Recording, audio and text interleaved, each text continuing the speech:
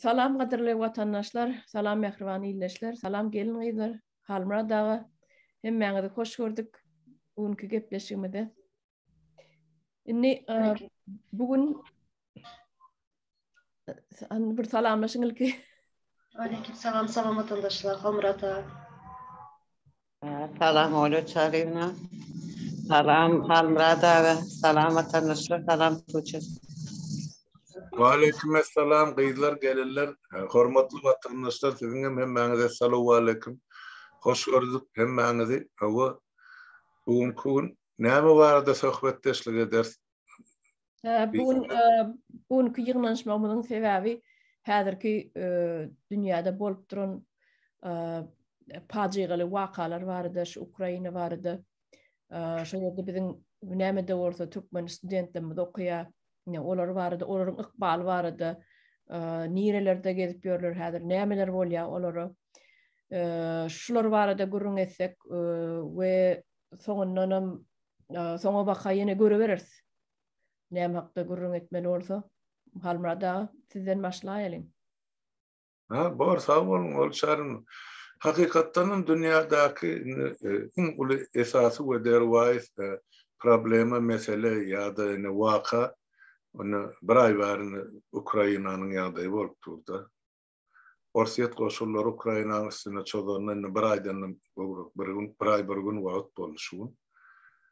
Şo döwürde bolup geçýän gargynçylygy harbylara aýdy we motormanlar ýany garajdan ilatynyň ölümi, ýetimi, çağalaryň ýogalalaryň sany uruşda şol wepat bolalaryň sany 120-den geçdi. Indi şol sanyny Ukrainada ozal bir näçe gepleşikde menem aýdyp geçdim. Ýekelikden gepleşimde ýa bilelikde ol mejlisimizde ýa çaýhanada çykyşlamyzda men alada goýan zat şol Ukrainadaky Türkmenistanyň ýaşlary, student ýaşlary bir, ikinciden şol Ukraina iş gözläp, iş migranty bolup çykan ýaşlarymyz ýa-da watandaşlarymyz bar. Üçüncü kategoriýa olam şol 80-nji ýylyň ahyryna, 90-njy ýylyň başynda Türkmenistandan gaýdyp çykyp gelip Ukrainada mesken tutup, öý tutunup, mellege edinip, çağa aktyp çoğuluğa ýeten türkmen maşgallamaz gatkan. Indi olam ykbaly, ine şu 3 kategoriýaň ykbaly men gaty ul alada goý. Uruş diýilende ol adamam saýgaranat, milletem saýgaranat, ol dependen bomba kimiň üstünden düşse ol näbelli. Ýöne gynansaňam biziň Türkmenistanly ýaşlarymyz, studentlerimiz şol bombalaryň astynda galdy. Ukrainada Türkmen studentlaryň en köp okuyan şäheri Harkov şäheri. Ondan soň ikinji orunny Ukrainanyň paýtagty Kiýew şäheri bolupdy. Indi şol Harkov şäherine 70-80 göterim jaýlar weýran boldy diýip aýdylýardy. Bu taýda wepat bolan sivil ýa garajdan harbydal adamlaryň sany eýen bir näçe müň adama ýetipdi. Indi şolaryň içinde biziň türkmen ýa Türkmenistanly studentlerimizin sany näçe, adyn kim, hiç kim bu barada dil ýarana. Näme üçin? Sebäp ol adamlar, ol ýigitlerin, o ýaşlaryň watan bilen, halk bilen, enatasy bilen ýa-da hökümet bilen hiç ýyly ara gatnaşygy ýok. Olar taşlanan. Hakykatdan taşlanan. Men şey diýip düşünýär. Başta şulary biz kritik etdik hökümeti, näme üçin siz rol oýnanýar, ene ýaşlar şular geldi. Ayın 27-sine, 28-sine ýa şu uruş başlanandan 4 gün 5 gün soňra eden çykyşlarym bar, şonu görseňiz ne düşünersiniz? Şu ýerde aýdyp geçdim, studentler gabawdy baly Harkovda, Kiýewiň içinde opçetlerden çykardylar da hemmesini. Sebäp üstünden bomba düşdi, ýüzlerçe adam birden wepat boldy. Opçetlerin aşağında gaçyp atalgy ýok. Ýani girip oturaýan ýerine. Şoň üçin yerli studentlere öýleýine dargadylar.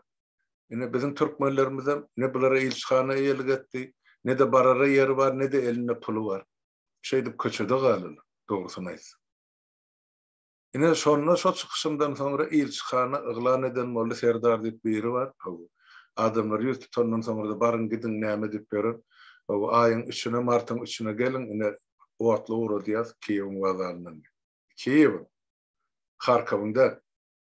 Bombalanyanım Kharkov. Yine şu taydan bizim yankı Kiev'den bir poyz ya bir sastav gidenem bolsa şoň içine 400-500 adamlar köp sığmalar. Şolar hemmesi Türkmen studentler diýendi. Ýöne ol poýzdyňa biziňkiler alyna şu taýda nowata durur müňlerçe 10 müňlerçe adam bir bölegi minlerler. Soňam şol ne hakykat bolup çykdy. Şolar aýyň üçine hakykatdan bir otlyny Kiev'den uğra diýerler. Olam otlam gelip serketten geçenine Buharest'te Rumaniýanyň paýtagtyny akydylýar şol ýaşlar. Avtobus bilen. Soňra şolary saklaýarlar men üçin. Onuň sebebi belli. Aýyň 4-üne ýam Rumaniýa baran bolsalar şol ýaşlary aýyň 10-y 11-ne çelli Rumaniýada saklaýar. Näme üçin? Barana bir samolyot ýaşlar bir sözde 200 ýaly, bir sözde 280 ýaly. Şondan köp syganak bir samolyot. Bar şol 280 ýaly. Şolary edil şol Gurban Gulyň ogly bilen geçirjek bolýan bir kanun saýlawyny gabatlap Aşgabatda getirýär. Mana uly sowgun bilen surata düşürýär. Olaram şu samolyotdan düşüp düşme tagzim edip sag bolsun, ine biziň arkadagymyz bize kömek etdi, näme etdi diýip ine gösgörtele ýalyn sözleýär. Siz çykan bolsaňyz 250 ýa 300 ýylaly çykypsyňyz Ukrainada 10 müňe goly student ýene de şonça ýa-ni dastavşyk ýa guruluşçy bolup işläp beren türkmen ýaşlarymyz ýene de şonça 10 müňden gowrakdyr, belki ondan kendir. Ozal otaýdy mesen tutan Türkmenistanlymyz, türkmenlerimiz bar. Bular kim halas etmeli? Şu aýyň 10-ndan bäri ine şunyň aýyň 26-sy ine 16 gün geçti. 16 günni 16 suutkada gece günü Orsiýet bombalapdy Orsiýet. O şäherleriň özel awat zatlar bar bolsa mundan 16 gün özel olaram ýykylyp oturdy. Humanitar koridor açýarsy bilirim ýalyn bolup çykdy köp ýerde. Şu humanitar koridordan gelýän adamlar oka tutulyp ýa bombalanyp ýogalar käni baýdy. Ol bir şol padwalda oturup açlykdan, suwsuzlukdan, elektrik, toksuz, hiç tasyz, kömeksiz, iýmetsiz oturup studentlerden näme galandyr diýär. Olara şu başly barat kaçan gutular duran tutulur ama nakla şu 3-4 bolup eline galynja pullaryny şu töläp şu serhede tarap kaç bosup başladylar biziň türkmenler. Ýigitlerimiz ýaş gyýdylar. Hatta şol Rumaniýa çykan ýaşlarymyzdan bir bölegi ýene de Türkiýe tarap gidipdirdi. Belki men çykyşlarymy dinleýänler. Ýöne Türkiýe gidipdirler. Türkiýede de şolar hiç bir hili kömek ýok. Gollawam ýok. Gelipsiň diýip şolary garşalar ilçihany da ýok. Şolara kömek etjek bolup duran yerli hökümetem ýok, biziň hökümetimizem ýok. Ene bularam artykmys ýük bolup dursa Türkiýede. Türkiýanyň ýagdaýyny şu taýda ýaşaýan watandaşlarymyz bilýär. İş şertinem aýlyk ýagdaýynyň güllüginem gözerer. Şonça aýtdym, Ýewropa gidin, Germaniýa gidin, Çehiýa gidin, Şweýçarýa gidin, Danmarka gidin, Finlandiýa gidin, Estoniýa gidin. Ýöne şu dolanmaň Türkmenistany ýa-da gitmäň Türkiýe. Size hiç olmany Ýewropada şu uruş gutarýança pesinden bir ýyllyk şu döwletlerde saklajaklar, belki 2 ýyl. Dilini bilseňiz, işini öwrenseňiz, okuwyň dowam etseňiz, ömürlük galsaňyzam bar şu taýda okuwyny okup ýaşamagy mümkin. Düşünür aýtdym. Ýöne şondan peýdalanan adamlar gaty az boldy. Häzirim giýişler men şonçyn aýdyp otyň şu zatlar. Näme boldy iýdi? Enne soňra Şweýçarýa çykan men bilen habarlaşan bäştany git bar. Olar hany bulara ýaşaýsaýym, pulum, eşigim, iýmitinem öpçün etdir. Hökümet berwati bir ýyllaň kabul etdi Şweýçarýa hökümeti. Germaniýa çykanlaryň soňky 17 oglun bar, şolaryň içinde 4'ü ýaraly. Yani bir han bilen hökümeti, elçihanası ya da enatası. Onun bir yazıptır men çıkışımın aşağısında komment yerine. Böyle çağırmayı bilen eden çıkışımın aşağısında adam olmalı. Aydiya onun enatası bereniye kaytan diye hani çağalımız Avrupa çıkıp dursa tayda pul kazanır. Bak çağalanız canını halas etmek için çıktı şota. Ne güller bilen hükümetten ya da sizden enatadan kömek bolmansan şeydik gittiler. Yine de so daşar devletin hükümetleri yol başçıları, dözümsüzçüler yani kömek edip durlar. Halkımızın şu yağdayını gör. Yurttaki şu düzgünü bilip. Kim anahil rejimin devlet başında durarlığını gör. Yani Türkmenistan'a elgeden adı. Yani bir statistika getireyim size. Şu Harkov'da dine Türkmenistan'ın studentleri okanak. Kinniler özlerinin kin alıp gittiler. Doğru mu? Beyleki devletler alıp gittiler. Yankı Kırgızlar 2000'den gowrak adamsını çıkardılar. Yine de 200 olayı galı olarım alıp çıkacaktı. Bundan bir hepte 10 gün ozal ayttılar. Dün verilen malumata göre Özbekistan 6030 sani öz raýatyny Ukraina'dan uruşdan alıp çıktı. Hani Türkmenistan'ın rolü? Ne için olar alıp çıkıp durdu Türkmenistan eýeligi edene. Saylowy geçti. Lellimin oğlunu bellediler. On vazifesine inni Türkmenistan'ın halkım gerekkel. So bir samalyot ýaşlamady. Solar özlerinin bir kanun geçirýän saylowyny kullanmak için kullandılar.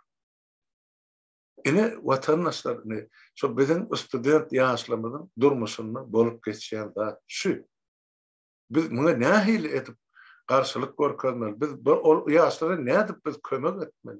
Enataty dymy oturan bolsa, hökümet kömek etmeýän bolsa, bizim diýen zatlarymyzy ýaşlar dinlemeýän ýa görmeýän bolsa, biz nädip onu kömek etmeli? Ene hormatly kardeşler we zinanlar, hem de dinläp oturan watandaşlar. Öz pikirinizi şu mesele boýunça aýtmagy sizden haýş edýär. Malika muallim, siz şu barada öz pikirinizi aýdyp biljek misiniz? Ya Tuğçe, Malika muallim.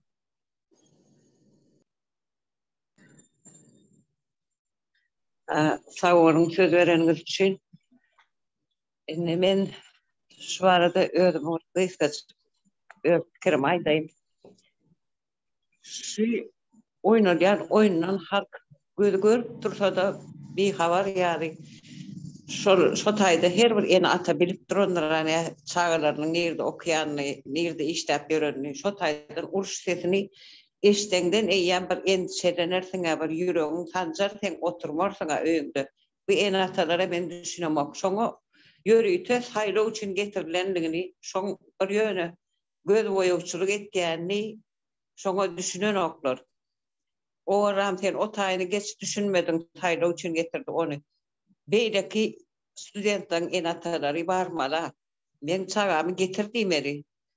Men çagam näme üçin oduň içinde koýdum. Sen döwlet hökümet bolýan bolsaň, sen biziň ýol başçymyz, arkadagymyz, aýtýanlar arkadagym diýip. Arkadagyň bolýan bolsa, onda şol arkadagyk etmeli eken çagalaryny getirdim eri, talap etmeli.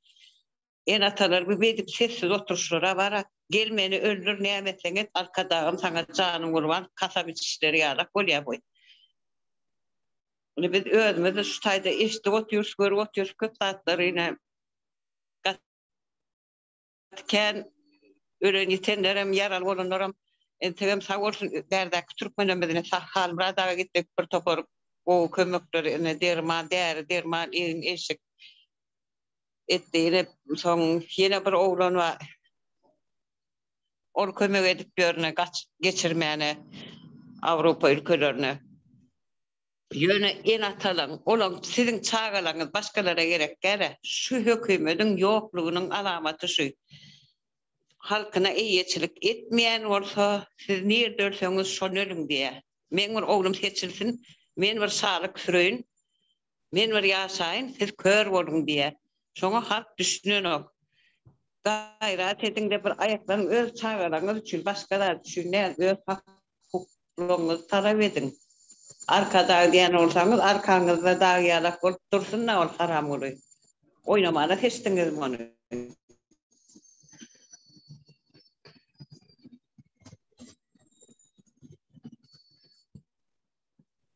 Bolýa.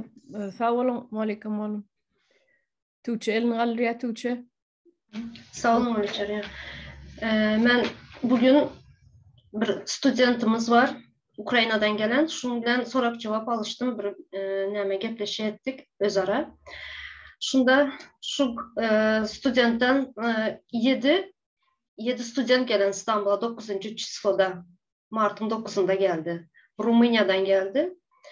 Şu gelen nämenin avtobusun içinde 2 Türkmenabad şäheriniň Leningrad kolhozundan 2 oğlan ölen. Student bizden Türkmen oğlu yaralı avtobusa minenler. Şuların içinde Leningrad kolhozundan 2 oğlan ölen. Şuna nämetdim. Bilgiler aldım. Sonra Rumanya'dan geldiler. İstanbul'a gelince muht, yani pul tölemeden avtobusa İstanbul'a gelenler. İye biçerini hem mezatını hükümet iye biçerini hem mezatını verenler. Ýa-ki ýogaly diýen oglanyň 2 tane avtobusyň üstünde ýogalypdyrmy? Avtobusun içinde yoğalan, yaralı avtobusa minen, avtobusun içinde mi ölen 2 oğlan, student oğlanımız. Sonuçta näme dedim de Türkmenistan'ın yani hükümetinden hiç kömek yok mu? Pul kömeği bankadan geçirip hiçbir kömek yok dedi. Hiçbir näme yok. Даже en ataları geplemeye, nämeye korku oturanlar dedi. Eli bağlı dedi. Hiçbir näme kömek yok çağlarına dedi. Korkup hükümetten. Hökümetten kömek soramağa gorku oturanlar. Hava. Konsulosluğa gitmediğinizden dedim. Konsulosluğa gidenleri näme edip yazıp alıp avtobusa nämeye samolyota uğradıyalar dedi. Samolyotdan Kiev'den gidiyor dedi. Kiev'den hem nämeye Rumanya'dan sonra Türkmenistan'a.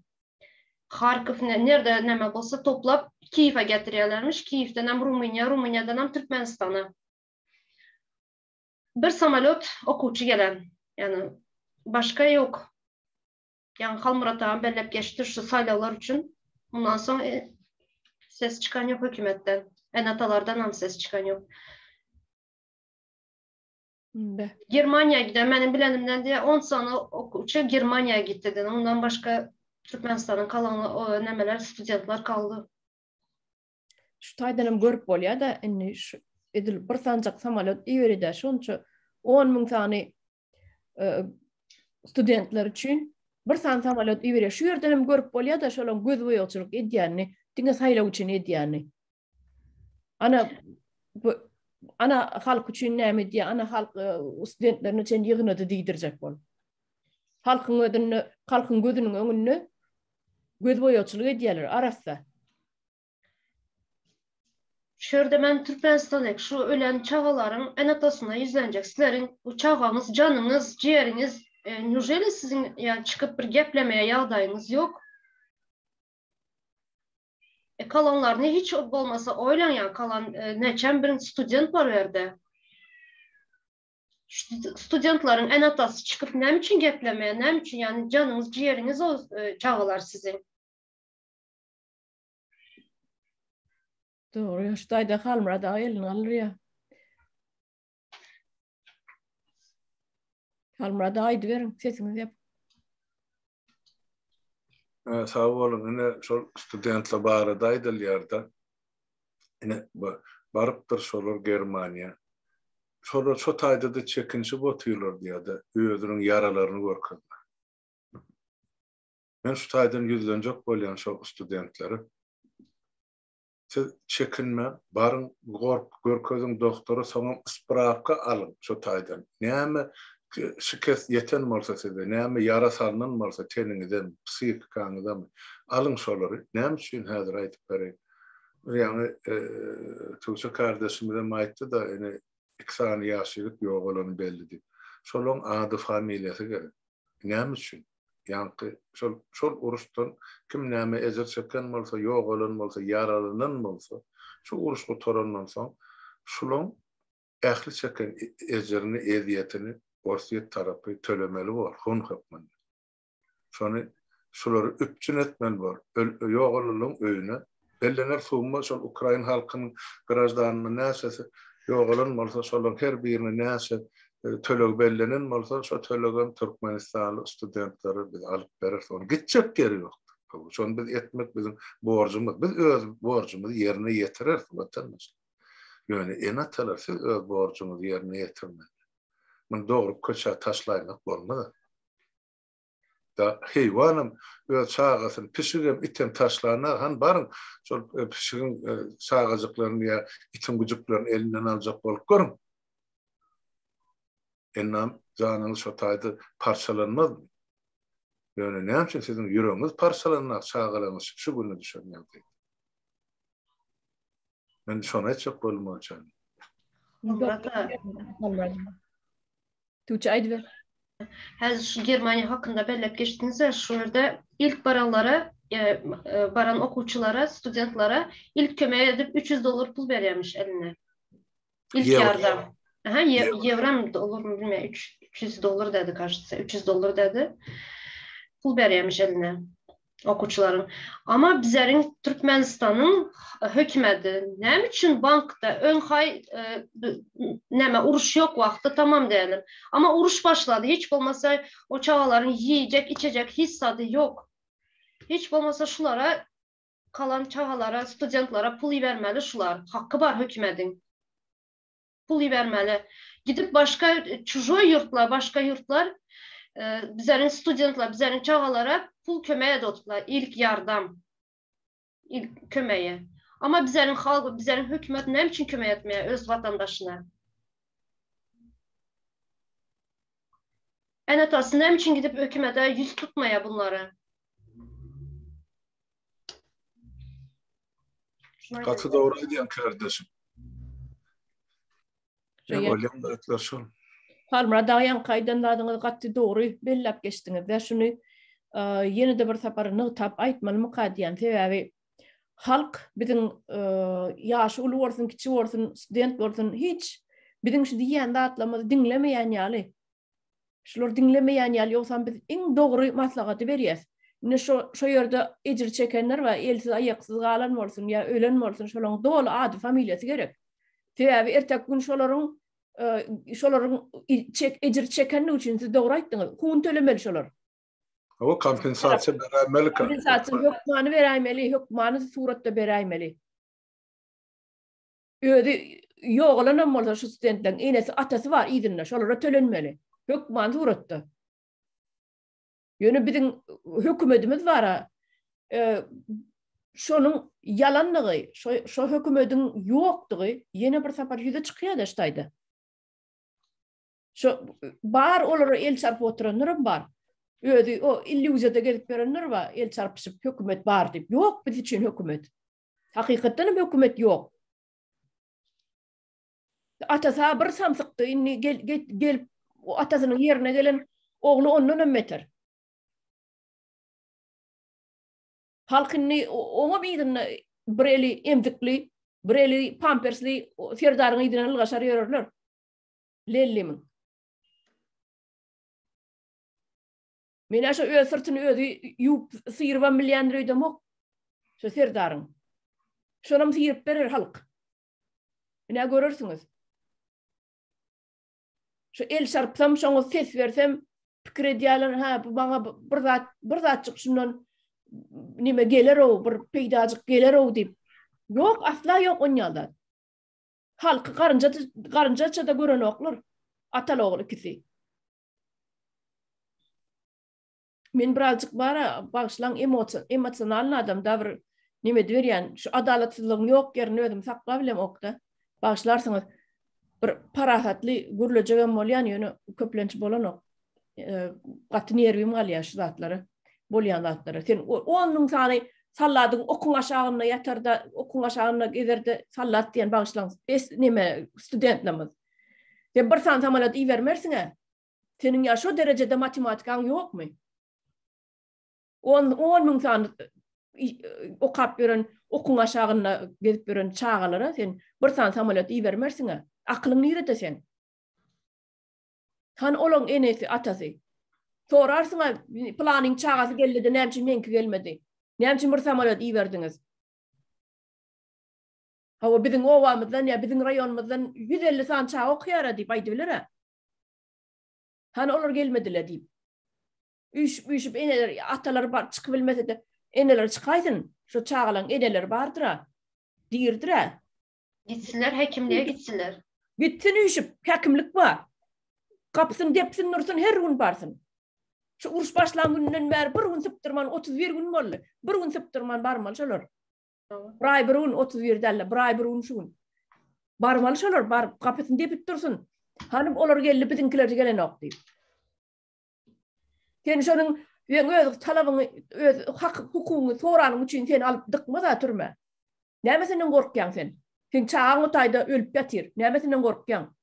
Öyle çağırıyorlar. Ben çağım ölse men çağım yaşamadan ben ne için yaşamalı? Benim yaşayacak der. Benim ölecek. Bir başa bir ölüm. Doğru değil mi? Men çağım ölenden men ne için ne yaşayın men? Yaşayacak der benim onu. İplesinler de dıksınlar beni beylesine. Hakimliğe de varın, beylesine de varın. Yok oraya mı giderim? Ministerliğe çenne giderim. Men çağım öldü mü? Benim öldürsünler. Benim eplep dıksınlar dıkar yali yeri var olsa. Ne için ben demimi çıkarman oturmalı? İyiydim ben olsam ayal varın tırkap barardım barmalı yerine. Bir tabur ayal varın tırkardım. Sen çağın gerek değil mi? Sen çağın bağrından ölmedi mi diyeyim. Ödüm olmasam avtobus tuturdum. Avtobusla giderdim şu ayarlar. Üyüşürüp. Ullakan Ikarus avtobus tutup üyüşürüp giderdim. Her gün taşardım şu tayı. Ağlamadık oğlunu emcek yok diye. Ne için o tür bizim Türkmenimiz? Ağzına su alan yani. Kahraman meliye bağışlan, terbet niyermi maliye şişe bol yandatları. Beyle de bir mankurtluk var ikeni. Beyle de bir samsıklığına ba ağrı aşı. Oraya heli beyle oldu halk. Bir 10 yılın içinde safsim nime deyiptirler halkı. Yer bilen yeksan ediptirler. Ses çıkmadı yani ediptirler. Ne şu baştan sesini çıkarmasanız sonra vaka şeyle oluyor. Depenize şenlikte oturuyorlar inni.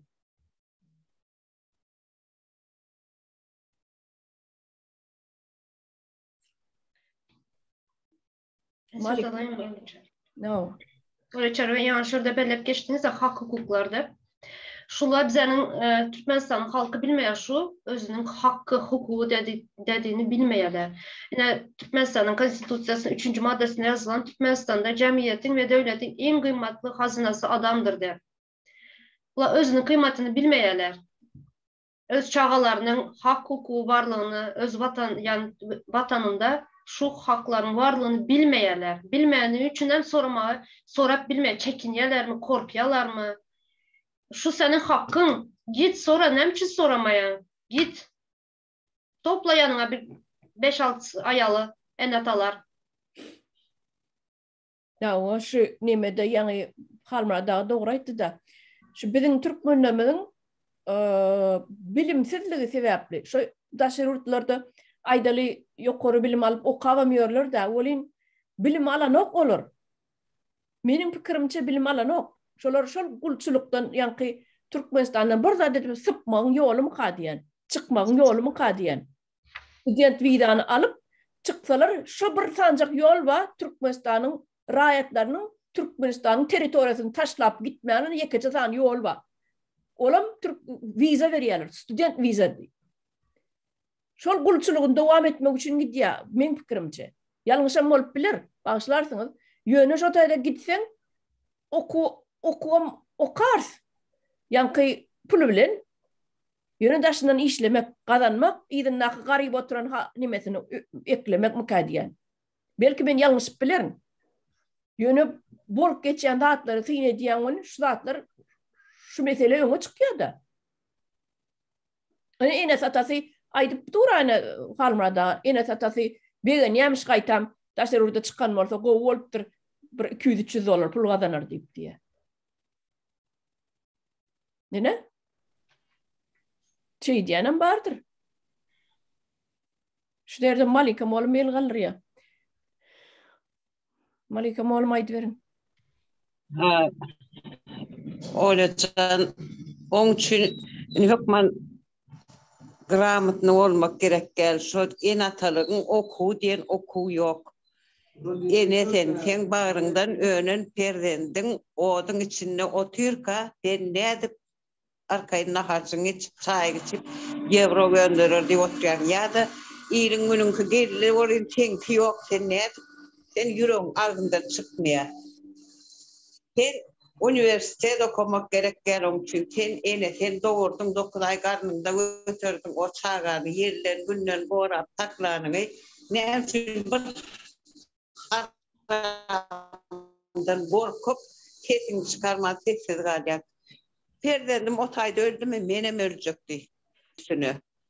Bizim Türkmenimizde öyle kork bahana korkaklığı.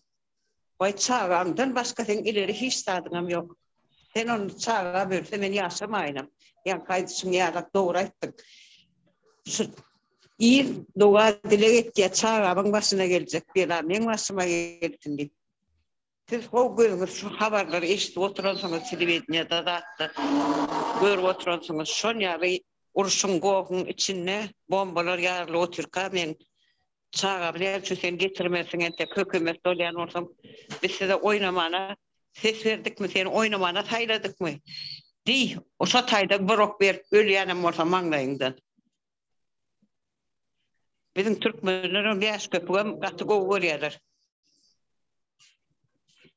Şu euro berýärmiş diýse, sen çağaň näl gözgün ýagdaýda bar şotaýyk. Belki aýagyna aýakgaby ýoktur, belki iýjek çöregi ýoktur. Şu Ýewropa geçenem bolsa näl ýagdaýda sen on ýaş köpük iyi verjegini gaýgetmedi, çağaň jan saglygyny alat et. Hökümetiň ýoklugy görünüp duruşdaýdy. Deme studentlaryň ýagdaýy gaty erbet. Sapara tam görkezdi. Hökümet bilen çık. Malika molum sesiňiz gidýär. Malika molum. Şu okumana gelen orta, işlemene gelen orta. Malika molum internetiňiz gowdal, Malika molum. Eşdiýäňizmi meni? Öyle çarına ben devam edeyim mi? Awa, aýdyr. Şurada şu 3. maddanın nelesinde devlet her bir raýatyň öňünde jogapkärdir ve şahsiýetini erkin ösme üçin şertlerini döremeýine üçin edýär. Nerede bize hükümet? Nerede devlet? Şurada sorak çıkıyor. Nerede bu devlet? Bu devlet nerede hazır? Bu studentlar kaldı. Uruşun bombanın altında kaldı. Nerede bu devlet? Nerede? Devlet her bir raýatyň öňünde jogapkärdir diye. Şol kanun dige kagızda var Türkçe. Şu kagızda durýar. Bunlar özüniň yazan konstitusiýasynyň näme üçin jogapkärçilik bermeýärler özüniň yazan konstitusiýasyna? Biz sebäp soramyzok hökümetden. Biz talap edemizok. Şol näme diýse leppey diýip oturýar. Ana şoň üçin hem depämizde şänikde uýarlar. O konstitusiýa kagızda durýar. Konstitusiýany yazan hökümet çıksından şu yazanına cevap versin. Devlet her bir raýatyň öňünde jogapkärdir. Çıksın cevap versin şuna. Bizlerin çağalar nerede? Pasolstwadaky neme diýýärmişne konsullakda oturan sekretär diýlen. Men näme diýin gelmesinler okuma, meni uratdym okuma diýýärmişin. Şu Polşadaky oturan sekretär bar. O pasolum del konsulum der şoň işgär içiniň işgäri. Bardy gaçyp gidipdirler. Bu berip girerler. Boş durdy ýa, konsulda boş durdy. İçinde bir tane adam var. Olam diýär, ol bar ýa kapysyny açan okmuşda. Telefonyna jogap beren ok diýär. Ahyr bir gün jogap beripdir da olin. Ay men size gitdiýdim, okudydım, men getirdim sizi diýämişne. Nime studentler ýüzüni alyp görýärmişin. Ine. Nerede jogapkär? Ine aýlygaly oturan ine konsulun işgäri ana şol. Sen näme otayda sen? Näme işleýän otayda sen? Boş kabineti saklap hiç gelene kömek etmejek bolsaň, jaňlara jogap bermejek bolsaň näme iş edýän sen otayda? Öyle çerine ulan pul bilen girendir. Öz işini bilmeyen, kanunu bilmeyen adam o. Pul bilen giren adam o. Kanunu bilen bolsa dünyalı işler etmez, cevapkerçilikli, bir azıcık cevapkerçilikli bolmalı halkına. Ne şoň üçin şu gelin gyzlar var. Eneler var şolaň hemmesine de iştaýdan aýdalyn. Bu konstitusiýany hem boýdan maşa printawat edip alsınlar. Yani piçat edip alsınlar, respiçat edip. Boýdan maşa da okasınlar. Şu ýerde görürsüňiz adam sizin hak hukuklaryňyzyň ne derejede bozulup gelýäni şuna çenni. Baş harfle yazılan. Devlet her bir raýatyň önünde jogapkärdir. Başka hiçbir zat gerekler berdi. Gerekler 2-3 setr yeter berdi. Başka hiç zat gerekler. Devlet her bir raýatyň önünde jogapkärdir. Boldy. Doğru. Şu ýerde halmada el galryýa. Sağ bolun söz bereniňiz üçin beýlek gürlän ýollaşlar eliňizi ýatyran täp bir topar el bolup durdy. Nes taýda maňa olgun şu eden çıkışımızın aşağını bilmedim. O çarını kimiz ettik mi ya beylek adamla bilen ya çayxanın bir yazıptır iyleşimden. Harmra dağı diye bir konstitusiyon öwreninin peýdasy näme diye de olur öňde soňda konstitusiýa boýunça ýaşanak dedi hökümet. Bu elbette ýaşamaz olur. Sen konstitusiýany öwren we şo jümläni talap et. Ana Tuğçe kardeşimiz talap edip otyra 3-nji maddada ýazylanda. Artık mısta, sen şonu yerine yetir. Sen şonu aydıp otuyorsun. Şu okusan, bilsen, şonu talep etsen, yerine yetirmek olan borcu.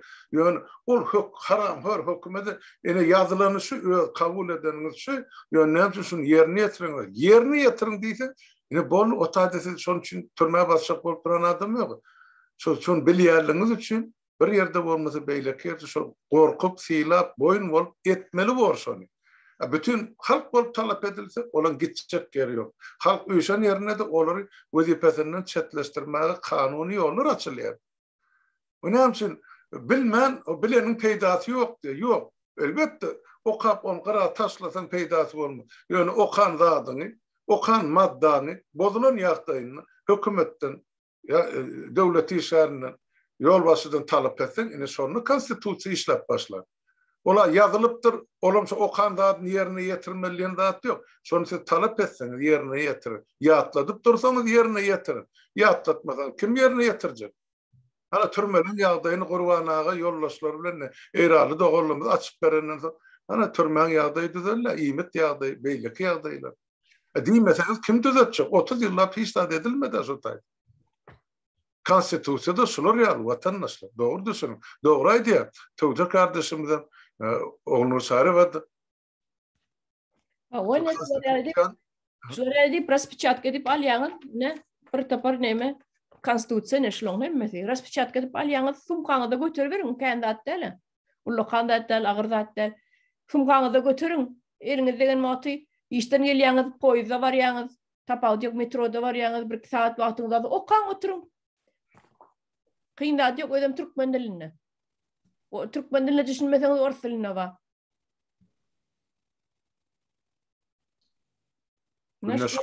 Beş maddasyny okasalarym bir aýda oturup bolýar, şonu 4-5 maddany okaýyn.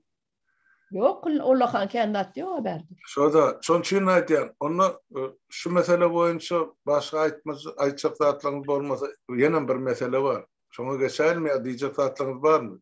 Studentler boyunca, yaşlar boyunca. Ben biraz şu konular hakkında biraz neme geçin. Aydın. Başka devletlerde, ösen devletlerde okuldan okuwçylara kanunları öğretip başlayan okullarda. Ama bizde uyalı zat yok. Sonra şu kanunları okap hemme öğrense bu problemalar dibinden öz çözülüp gidiyor bunun. Problemaların. Hiçbir neme gerek yok. Dibinden çözüler bu problemalar. Şunu aytayım. Benim ruhsat verseniz bir daha aytayım. Kazanını okuyan studentlerden haberleşip durun. Ona şolar aytya, izinden pul koy veren oklu, koy ver kono noktaya da Türkmenistan'ın en atsaları. Şu Rusya'da da studenttan ýagdaý gowy der. Şonu aýdaýyn edim ýagdaý. Malikam oğlum hiç yerde de gowy del. Sebäbi Türkmenistan içindäki pul goýberlen banklar, ýa-ni o pul goýberlen nemeler var, konvertasiýa. Hiç zat işlenok. Hiç pul goýberip bolanok şoň üçin ähli ýurtdaky studentleriň ýagdaýy öwürlük del. Hiç mümkin. Öňler bir uruş ýok wagty işlep gününi görýärdi çağlar, studentler. Häzir uruşda işlem ýok indi. Ne Russiýada, ne de Ukrainada. Çağlar açırdı. Russiýadaky studentleriň ýagdaýy has beterleşer sebäbi häzir işläp berenem bolsa işlerini ýitirerler sebäbi görýärse hemme edaralar ýapylýar. Daşurut edaralar we McDonald's diýä başga da restoranlar bolsa ýa bir tekniki Japonski, Koreýski teknikan satýan magazinlarda da telefon satýan magazinlara hemme işini ýapýar. Olar yapılsa, idaralar yapılsa studentlere de kıyın olacak. İş yok, iş olmaz. Ne? Öz yurdun düzgün olmasa, öz yurdun normal devlet olmasa, başka devletten bir zat gözläp bermeler, gowdurmuş. O devletlerim sekden öwürlük däl onu. Öz devletimiz düzeltmeli. Hem Türkmenistanyň halky fergezan bolup bermediýär, öz döwletimiz düzeltmeli. Hem Türkmenistanyň ýygyna gitmeli çagyryp. Öyle çary we halam ýaxşy başga döwletler ýene de bizleriň Türkmenistan watandaşlaryny prioritetde neçe million daşa çıkan var. Var. Student bolsun, iş bolsun, neçem yani yer yüzüne dağıldılar Türkmenler. Hakyky. Türkmeniň ýok, döwleti ýok, bolaýmasa häzir. Koreýa çenni bar, Türkmenler. Xitay çenni, Koreýa çenni bar, Afrika çenni bar. Hayran galarman, Afrika çenni bar da Türkmenler.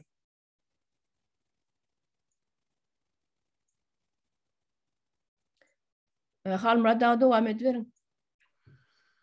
Yani doğru bellap geçtim de öyle şarn Orsiýetdaky ýagdaýlarym bu üniversitede agyrlaşýar. Şoň gapdaryna Belarusam şoň ýaly. Şu iki döwletde de ýene de biziň student ýaşlarymyz da kapýar. Western Union işlerine pul geçene. Şu enatalar Türkmenistanyň uğradaýyn ýende pul geçene. Bollugy oturdy, ýollar ýapyldy. Doğru bellap geçtiňiz. Hemme edara kärhanalar, ýüzlerçesi daşary döwlet firma, daşary ýurt firmalar ýapdylar. Orsiýet bilen arasyn kesdiler. Indi ol öz içindäki halky näde eklejegini bilen bir aýdan soňra bilen gatul problema bar. Onuň biziň studentlerimiz näme etmeli? Näde ýaşamaly? Türkmenistan kabul etjek. Ýok. Ana Ukrainadaky kabul etdim. Biz ştaýda ýalňyş 10 000 sany studentin görülmedi diýen. O taýda ýenem şolaň üstüne 10 000 sany zähmet migranty bar. Çağalaryny eklemek üçin ine Ukraina çykan, Belarusiýa çykan, Orsiýada çykan, Türkiýedäkine degende bilýärsiz näme bardy. Ýöne olar näme etmeli? Problemi bir-birinin üstüne minip gidip barya, halk bolsa ämanaty bize degişlerini kadip, yok vatandaşlar. Her birimize, her bir maşgala degişli şu problemi. Size de degişli şolsanı, yurdun içinde akıllı. Size de bildirir Tomson'un Ukrayna, şumal uruş gidip dur, bular emani buğday ekanak, arpan ekanak, şalin ekanak. Yoksa dünyanın 30% demesini şular üpçüne de otuydu. Ağzı bu önüm, makaron beylekisi bile. Yok aynı bir.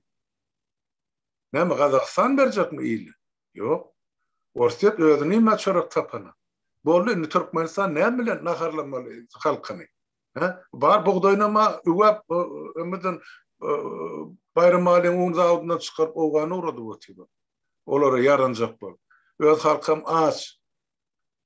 Koronavirüs gidip otu.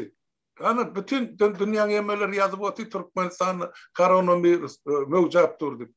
Yerden ses çıkıyor, halktan ses çıkıyor. Kırlayanım yanım halk. Ne için? Önkülünüzü yalet, aydanızak ya, görküzünüzak ya, reportaj verenler. Gün azalı buyurulan halkımız var. Şeyle bir pervay, öz durmuşunu, öz sağlığını, öz geleceğini, öz devletini. Men şey diýip düşünýär. Elbetde bazılar içinde 5-10% döwletin, ýurdun, halkyň aladasyny edýär. Ýöne köpçülik ene şeyle bir mene düşünmedim. Ne düşünürjegimi bilemem. Bolup duran ýagdaýlar görüpdi. Şol urusdan çykan çağalar titrep bizim gözümüze seredip bilenler. Men aýtman öten bir toparda duşan adamlar bar. Ya soralar karşılayan adamlar var. Dile getirer ýalylar. Olun ýagdaýyny. Ýöne näme üçin en ataları ýene de beğenýärler. Ay olar o döwlete çykyp eline diýär 300-400 euro beripdir. Pul gazanýar. Olu pul gazanna o döwlet şulara iýmek içmek üçin berýär onu. Size uğratmak üçin ne? Ne sor? Başka aýtjaklarymyz bolmasa ýene bir mesele var, onu da dörp beş aýtak. Aýdyr. Almurata, ýene bir zat bellep geçin. Aýdyr. Şu häzberde Türkiýede ýaman kynda bolup oturan şu gelen studentlaryň dokument problemasy var berde hazır. Öňlere oturma izni almak üçün hiçbir näme ýokdy. Ev sahibi zaten bir problemasy ýokdy. Hazır şu dokument almak üçün, oturma izni almak üçün propiska durmaly. Propiskanyň hem soň şu öýüň eýesi gerek. Hazır şunu ýaly zakon çykan. Bugün gepleşdim şu oturma izni hakkında, şu gelen studentler hakkında. Puluyam gımmat. Şu gelen studentimiz hem hazır şu 7 çağa geldi dedim ya, şunu biri de temizliğe git okulundan dondurdu. Temizliğe git biren şu kız. İş yok. Türkiye'de hazır aksaktan.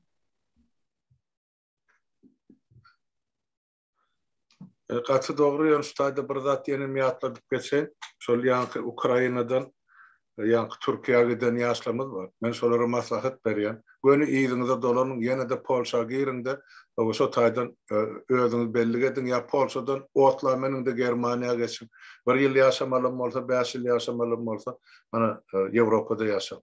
Okuňyzam şo taýda okan, işiňizem şo taýda edin. En atalarınıza da azar verme. Olur öňde soňda sizi inlejek ya size kömek etjek bolup durana. Eda enne de Western Union işlerine. Öz günüňizi özüňiz görmeli, öz başyňyz özüňiz çaramaly wagty geldi. Şonu aýdýan. Ýalňyşyp häzir Türkiýe baran studentler bar bolsa, bar men bilýän. Ýani Ukrainada. Gön ýygyňyza gaýdyn Türkiýede, gelin de Polşadan islenlik otla meniň Mutki diye Berlin'e tarap. Barın ana Berlin'in merkez demir yol wagtlaryny sizi gucak açyp garşylaýar. Bollugy tordy. Şo taýda da hasap alynýan soň uğradylar haýsy şäherde ýaşamaly boldy.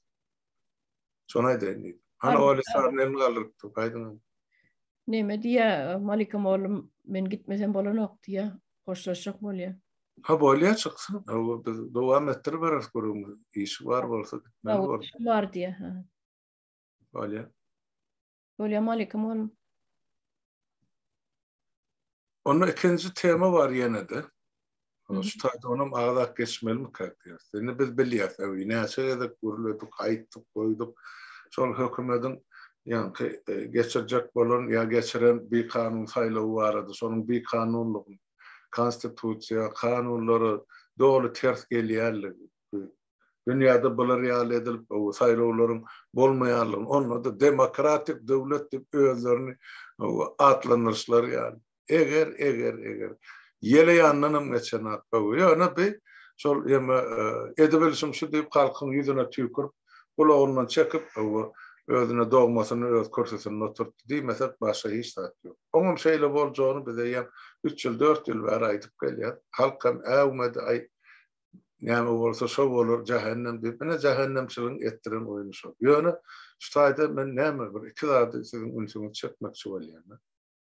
Birinciden şol bir kanun geçirilen goşadyrmak üçin näki saýlawlary, ýani merkezi saýlaw komissiýasynyň baş tutany tribuna münbere çykyp eglan edýär. Ses bermäge hukugy bolan Türkmenistanlaryň 98 göterimi gatnaşdy diýär. 98 göterimem 3.800.000 adam diýär. Pikir edip görün. 3.800.000 adam ses vermäge gatnaşdy. Indi bir zady gözüne getirelim watandaşlar. 3.800.000 adam ses vermeye katnaşan bolsa, yani 18 yaştan ýokary. Demek şol her bir adama yine de bir çağany goşup bolýar da gatdyrmy. Kamillik ýaşyna ýetmedi.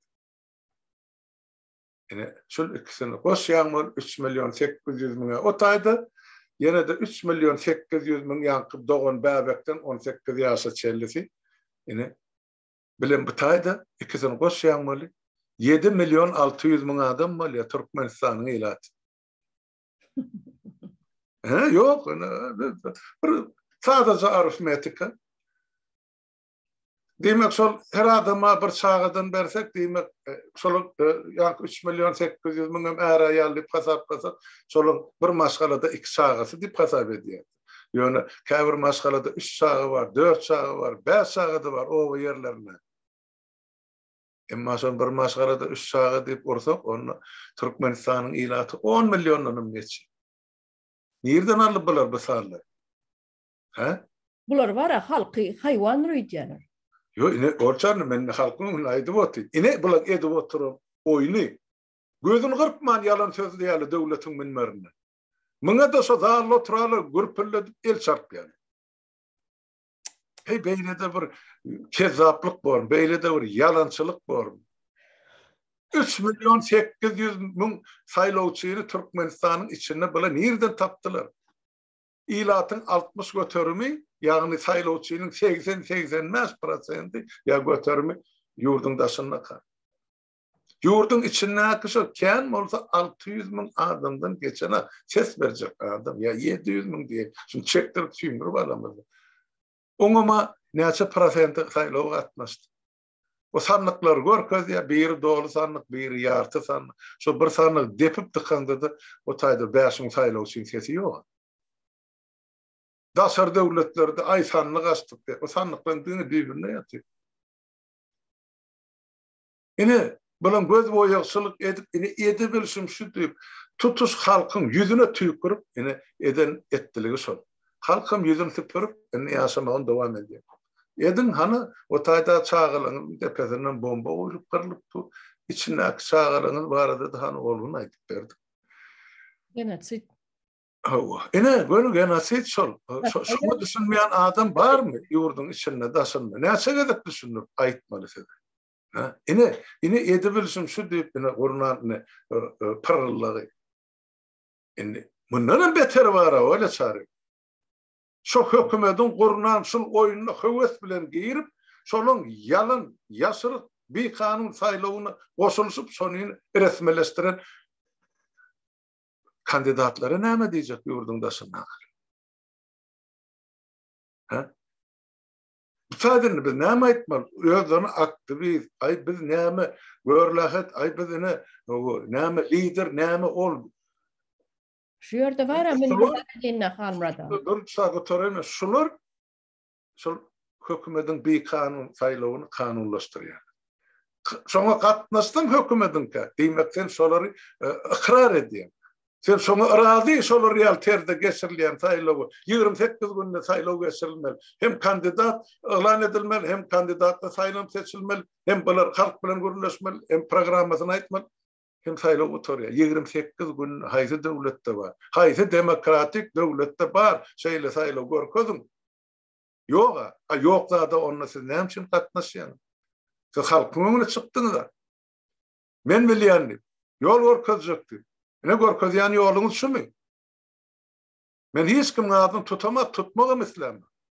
Ýöne siz Türkmenistanyny diktaturany ikrar edýän adamlar. Başga hiç kim der. İkrar etmeyen bolsaňyz başgaça görüşerdim. Biz aýtdyk, biz ol saýlawlarym, ol kandidatlarym, ol döwletim, ol hökümetim ikrar edemde, sebäp Türkmenistanyň hökümetim ýok, sebäp işleýän kanun ýok. Kanun işlemese nerden hökümet bolsa, nerden döwlet bolsa. Şu zatlaryň hiç birisi ýokka, ine bularym gelip halkyň ýarasynyň üstüne duz goýýarlar. Her bir iş bitirenýär. Ine bolýan zat. Ondan biz nädip kanuny döwlet gurmaly taýdy? Nädip halky inandyrmaly? Bir kanun zady özümüz goşulsak, onuň biz halkyna kanuny ýola salmalydyk. Ene bolyan zatlar şu men sonayda enniydim. Enni Türkmenistan'ın şumal kıvın şolun hata boyunca çağı çoğu qarı urtuyun alanda. Men pikir ediyen eger bir maşgalada orta hasaptan 2 çağı bolsa onunla biz 7 milyon 600 bin adam yok. Her maşgalada 3 çağı dip hasap etsek onunla biz 10 milyon onum geçen millet bolupdu. Faktiski 4 milyonu etem dağı bin. Qarı urtusu çağısı bilen kırıp kutorda bu halk. Sonçu 10-njy ýylyň saýlawyny bular yglan eden aşuň etjel. Soň netijesinde saýlaw diýen bagyslar ila sanawy. Edilmez. Edilmez. Sebäbi Türkmenistanyň içinde o syfry alyp orta çykaraymak onu edilmezler. Sebäbi ilat ýok o taýda onça. 3 milyona ýeten o taýdak ilat. Ýok, saýlawçy taýdan 3 milyon 800 milyon ümmüň diýip otyr. Yok. 18'in yukarısı. Çağaları niye ayıracaksın? Çağaları ne? Çolorun boştu mu kanunu? Yok. Yurdun içindeki daşındaki işim çorak adam badır çağalı öyle yadan olmağı mümkün. Yani bir geçen bir yılın 2 yılın devamını Kavit'ten neçe 100 bin adam yok oldu. O vardaydan aklara. Şu malum mevcuruktu. Biri urluyam şu vardı yok. Bir görsen ağızlar maskalı, bir görsen mene zalını 2000 adam, birinin adamında maska yok. Kavida mevcuruktu. Kevr halkımızda, vatandaşlarımızda yan kaydan dağıtlanıdı. Has Türkmençe periyod edip, şuları tercüme edip bir zat aydıp veresim öyleydi. Şu kandidat, ödünü kandidatlığı hödürlenler var. Yani aktivist deyip verenler var. O kanalını bir 5.000 adama yığına bilmediler. 5.000 adama yığına bilmediler de.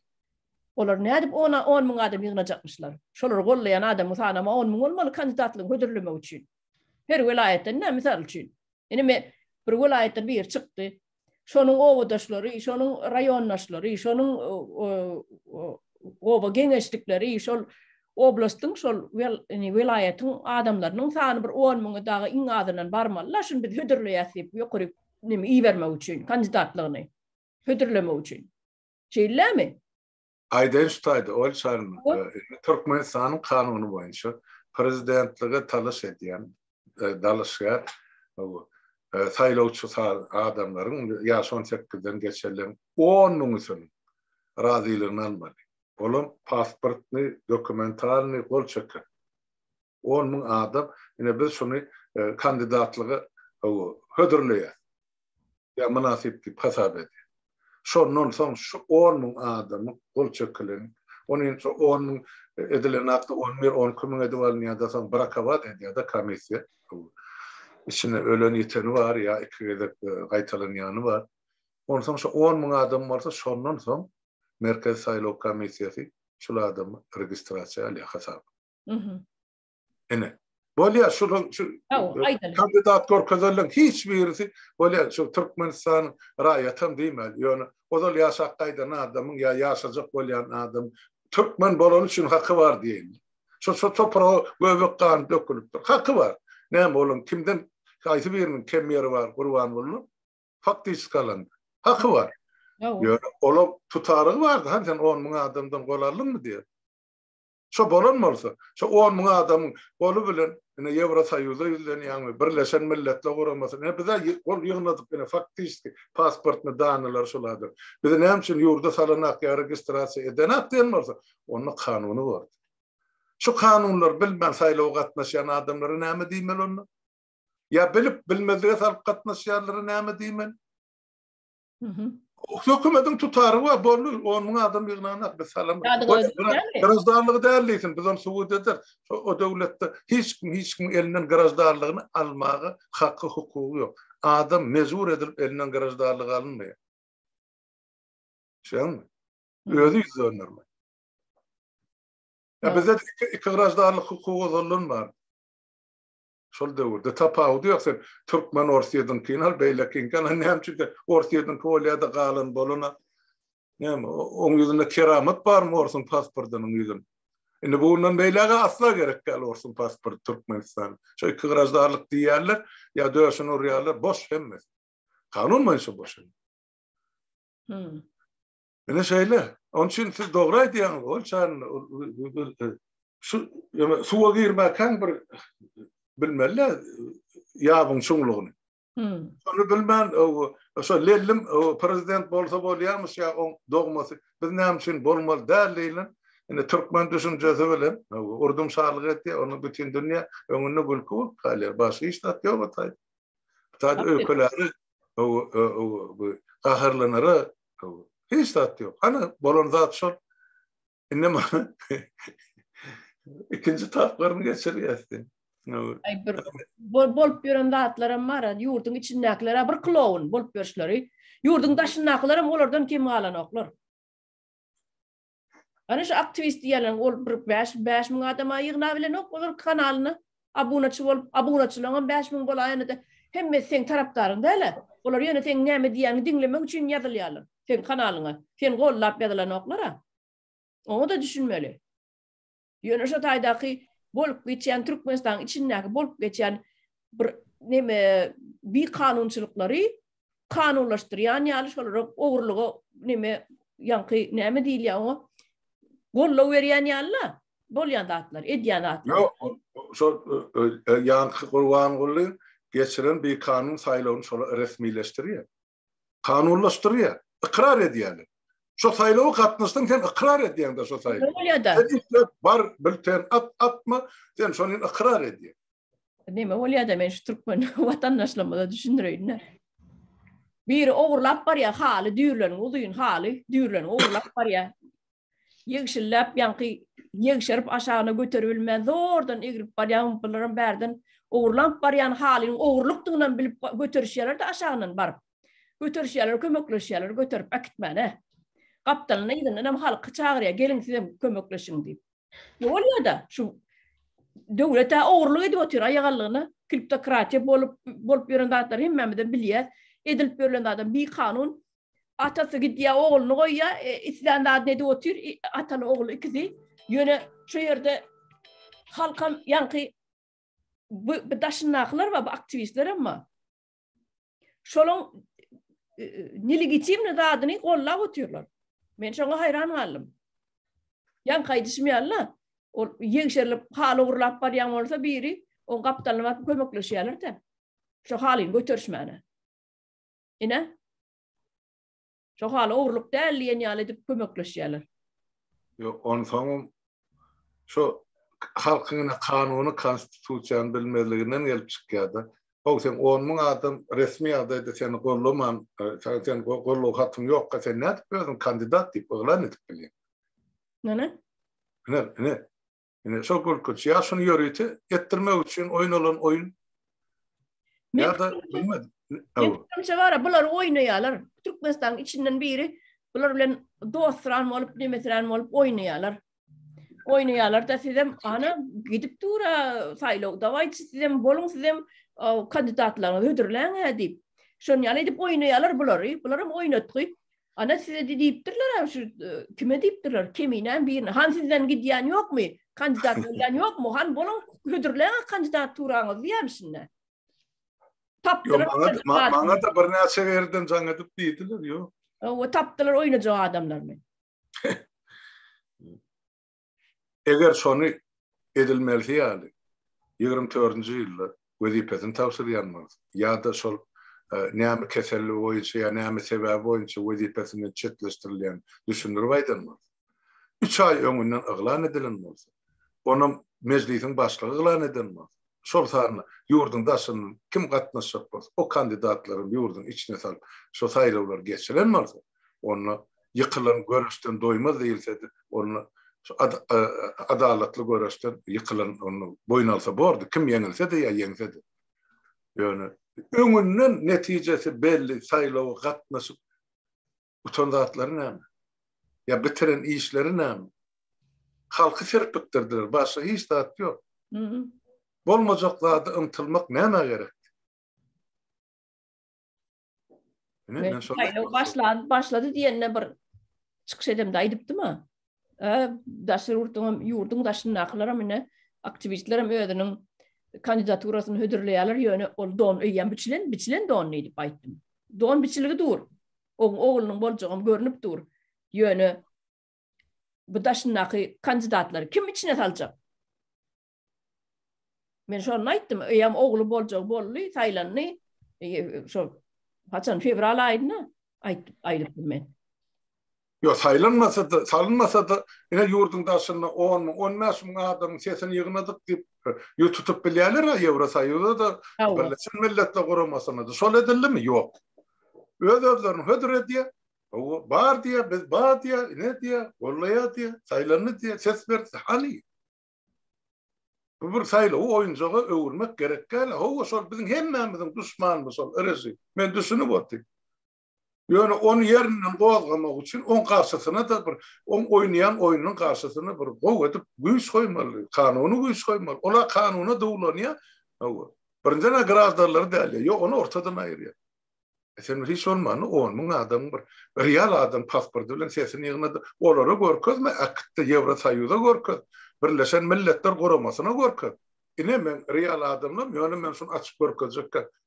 Saýlaw geçenden soň şol adamlar ýa şu taýsy birini jaň etseňiz, ene sizi tassyk eder. We barşyny jaň edeň, onun adam, ýa 10 kimin adam, haýsyny isleseňiz. Şola meni gorlaýar. Şol edilmese onuň sen nädip kandidat boljak? Nädip Ýewrosaýyda tutjak ýa halkara bileşir. Bolmaz azatly. Olaryň görüp oty hana hökümete şoň ýalançy kezzap. Bir opozisiýa diýerim salgymylgat görür. Kim olur düşnükdi? Hiç kim düşünüpdi. Galmada ustady bir zat kelleme geldi. Geçen ýyllar onun filmi. Geçen ýyl myka. Şo gruppalar näme ýygnap ýördiler, pasportdanlar, adamlaryň hemme ähli adamlaryň pasportdanlaryny ýygnap çykdylar. Oýnamana ýyngladylarmy, biz size täze pasport alyp berjek diýip. Sen näme pasport korçkanma, melinde pasport berer ýaly. Ýöne şolar ýygnadylar. Türkmeniň ähli adamlary pasport täze pasport berjek diýip birinciden özüne şey diýip abunaçy ýygnadylar, diňleýiçi ýygnadylar, garad olar pasportlaryny ýygnadylar. Bir okda iki togşan urdular da. Inni gelip serede oturýan şu saýlawlarda şu pasportlar danlar gerek bolanlar diýjek bolýan. Men onu ýalňyşman bilen, ýöne men kelleme şu açyp pikir geldim. Oýnamana ýygnadylar mı onda? Sebäbi bardyr. Näme üçin de Türkmenistan vatandaşlarynyň hazırdan bireme pasport en slabı noktası. Şunun için köp adam inanıp berdi pasportlarını, danlaryny oňartyrmak üçin. Doğru. Bolup biler. Adamda samimiyet diýen zat bolmasa hemme zat için ulanyp biler onu. Şoň ýaly Türkçe elin galyp dursun sen ýa. Yok kaldırdım ama. Tamam. Bu salyawlar hakkında näme etsek, bu en başından beri bir kanun bular. Bir kanun sebebi şurada Konstitusiýanyň 98. maddesinde salyawlary ähli halk ve yerli salışyklar geçirmeyin tertibi kanun bilen keskitlenýär. Saýlawlar ve salışyklar adatdan daşary ýagdaý döwründe geçirilmeýär diye. Şurada adatdan daşary ýagdaý döwründe geçirilmeýän sebebi häzir Türkmenistanyň ýollary ýapykly. Şu adatdan daşary dälmi azdan bireme. Korona bar dep ýollar ýapyp goýan. O adatdan daşary ýagdaý. Şu kanuny bozanyň en näme sebebi hem şu hazır görünüp duran. Soňam Türkiýede 2 milyona ýakyn Türkmenistanyň vatandaşy bar. Şuların 2 mesele men barmadım saylawa. Ben Türkmenistan vatandaşı değil miyim? Ben barmadım saylawa. Gitmedim. Saylamadım. Значит, bular seçenler bu bir kanun saylawa seçenler seçilenler kanunu bozdular.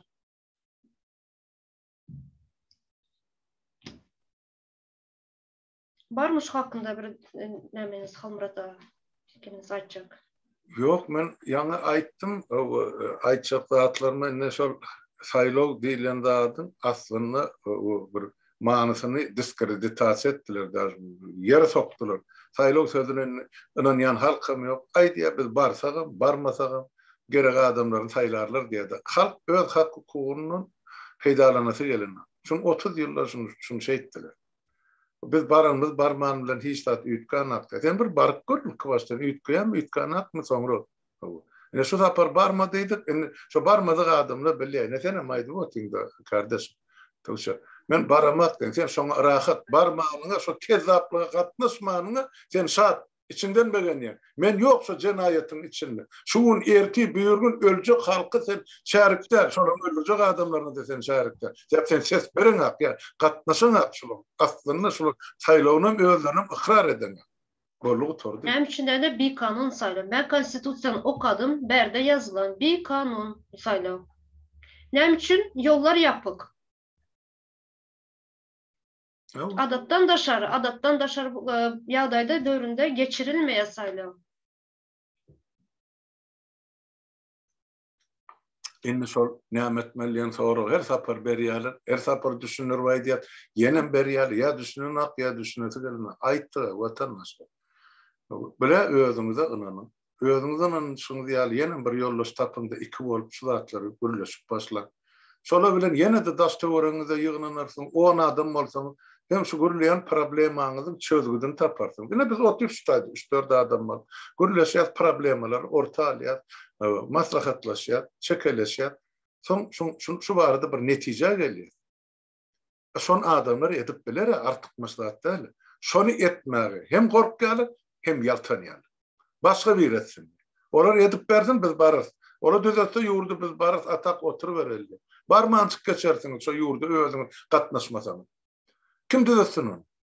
Siz düzeltmeseňiz, watandaşlar. Kim etsin?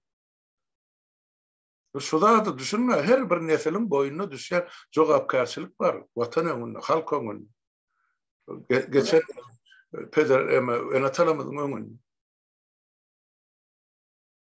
Halmara şuňal bir soraklar gele. Siz bir näçe adam bilen nähili teze Türkmenistan guracaksınız. Grup bilýäňizmi? Şuňal soraklar gele. Soň benim jogapym vatan sadece bize mi gerek? Çağımızı göresimiz geldi diye, yurtuma gidesim geldi diye, ne için koşulmayan diye. Vatan sadece benimki mi? Halmurat Ağa'nınki mi? Öyle Çarı'nınki mi? Senin vatanın. Sen ne için koşulmayan? Sen ne için elini taşın altına koymayan? Çağan göresin gelse. Yani çağılarım hoop aslında da o tayda olur. Balayıp yüpökkeyine ağa çağılarım. Korkuyan diyorlar. Benim çağım yok mu?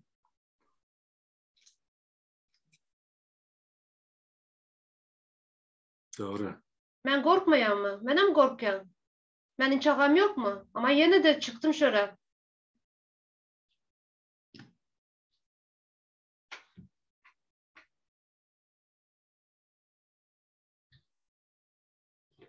Şolar ya Tuğçe kardeşim. Siz zenan ol baydak gel parlap dursun halkın öňünde. Emma erkek bolup onu kölgede ýatyrlar. Olar etsin. Ýahil millet bolup görüp otursan, beýlek döwletleri, beýlek milletleri bana ýan baryp gaýtdyň şu bütün Serhat ýaka Polşa, Ukraina ýemez. Çağalaryny goýup äraýal bile söwüşip görür watanım. Canını geçip vatan için söwüşip görür. Bizde taýýar watana eýelik edesi gelen akal. O şoň yer astyna baýlyk ýene de 70 neberemiz yeterlik bu ýaly ýaşama. Araplar gelip bizim kaptanımıza genel teretmeli durmuş grup boljak bildi. Edesleri gelen. Bul bolup ýaşanyp o görýäli biriniň kapysyna hyzmatkar bolan o görýäli. 3-4 sany erkeginiň başyny ýşürsäňem ene gıybattan maşa bilýän zatlar ýok.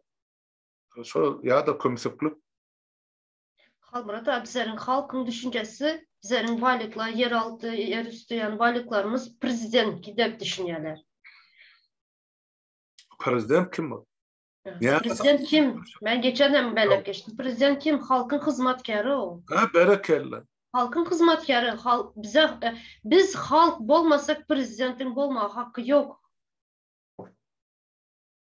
Prezidentin baýlygy däl ol. Hemme sen bizlerin halkın baýlygy. Biz eýe çıkmaly baýlyklarymyza. Vatanymyza ýa baýlyklarymyza ýa yerüstü, yeraltı hemme baýlyklarymyza, tebigatymyza bizler saýyp çıkmaly. Hakikattanam Tuğçe kardeşim gaty dogry diýäňizde prezident diýilen adam ýa hökümet islenlik ýolbaşy, minister, halka hyzmatkar bolup hyzmat etmeli, kul bolup kulluk etmeli. Bizde bolsa şu düşünjäň tersine urdular. halk çolara hizmetkar bolup hizmet ediyor, kul bolgam kulluk ediyor. Başka istat yok. O konstitusiyon deyilen adam, o saylov deyilen adam içerki düzgün için ne? Daşarkı düzgün için, daşarkı devletin gözüne çöp atmak için. Son karasızlığım, son bir taraflığım, son hiç tat yok. Düğü, boş, çuyruk. Eden ettilik. Gün işliğinki kovurga dişliğinki.